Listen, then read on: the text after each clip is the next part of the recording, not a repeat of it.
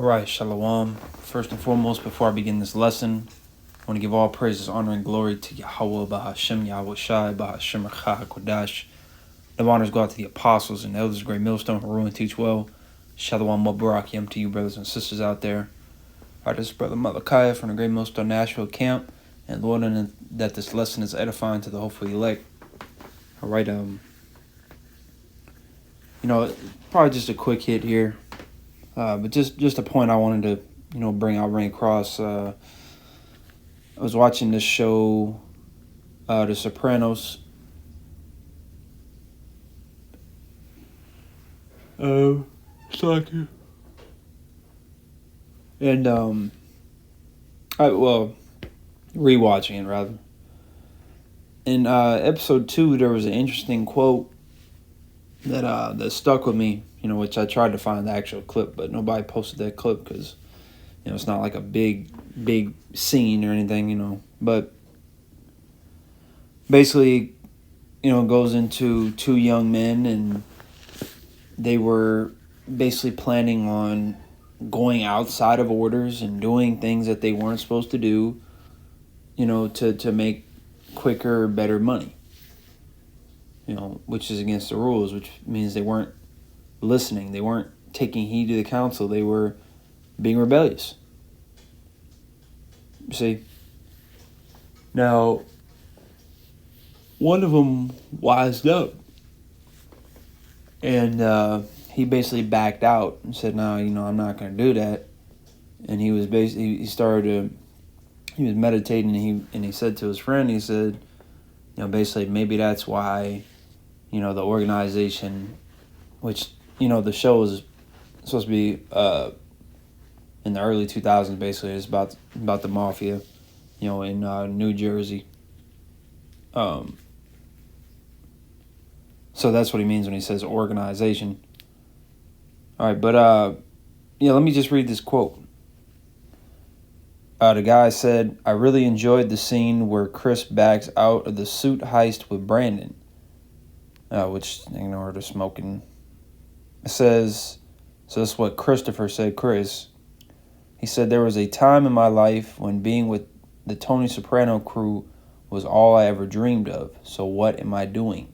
All right, what he's saying is he's, being selfish, and he's being greedy. He's not being thankful and appreciative of what he has now and where he's at, He's saying, I need to just be grateful to be a part of the crew, because I always dreamed of that. Now here I am, and now I'm going to mess it all up by being arrogant. His friend said, come on, it's 5:15, in the morning.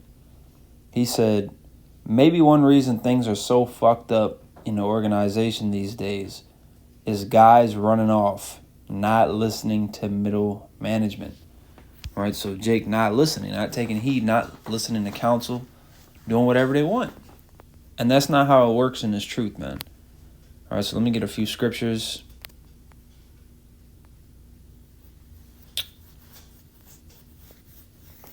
Which, of course, the mafia is a criminal organization, and this is the ministry of Yahweh Shemel Shai.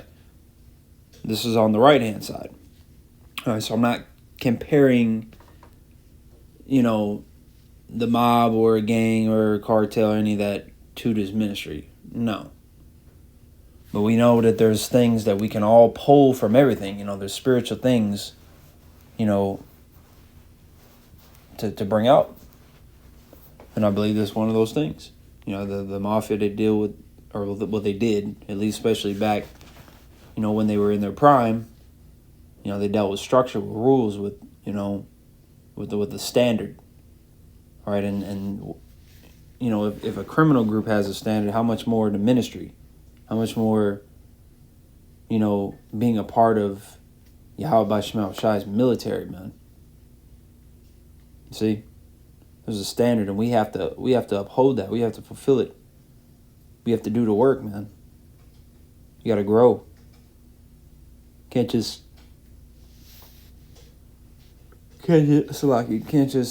be sitting in a chair all day. You gotta have a job. You got to be doing your lessons. You got to get some exercise. You got to work on your health, man. Work on yourself. So this is 1 Corinthians 14:40. It says, "Let all things be done decently and in order." And notice too, he said middle management. Right? Because there's some guys that they'll listen to the top, the boss. They'll listen to the head of the camp, but they won't listen to brothers, in different ranking positions, or they won't listen to the captain, or they won't listen to their head, if you will. Which is not even always about rank, because there's times where there'll be a brother that might be so-called under you, and he's rebuking you, or he's set in charge of a certain, situation or idea or whatever, But let all things be done decently in order. Everything needs to be done right, properly, man. Even with working out. The more weight you can lift, cool, right? But the most important thing, and especially for beginners, such as myself, you want to focus on form. You want to make sure that, you might not be able to lift as much, because you're trying to apply better form. You're trying to have proper form. Oh, so man, I can't lift this. I got to go down 5-10 pounds. Yeah. And in the moment when you look at it carnally, you're thinking, well, I'm not as strong as I thought. Well, look, the results that's going to produce from you using proper and correct form is much better. Because even though you may have been lifting more weight, you could have got injured and then not been able to go to the gym for a whole month. It's about doing things right, man, properly, in order. Okay? Let's get another one. Sirach. Well, I'll get this first. Hebrews chapter 13, verse 17. It says, "Obey them that have the rule over you, and submit yourselves, for they watch for your souls." That's lucky for all the yawning as well. "As they that must give account, that they may do it with joy and not with grief, for that is unprofitable for you." All right, but it says, "Obey them that have the rule over you," and it says, "They watch over your souls." Brothers are trying to help you out, man. That's why, we rebuke one another. Iron sharpeneth iron. You rebuke a wise man, he'll love you. We rebuke one another out of love, not out of spite, not out of hatred, envy, anger. No. Hey, bro, I see you doing this or saying this or whatever, and you got to stop doing that. It's not good for you. You're going to end up walking down a path you don't want to walk down. You keep doing that, It's all out of love. Matter of fact, these other camps want to keep talking about the law, the law, the law. Well, that is a law. Not to suffer sin upon your neighbor. I'm going to get this one. I'm going to close.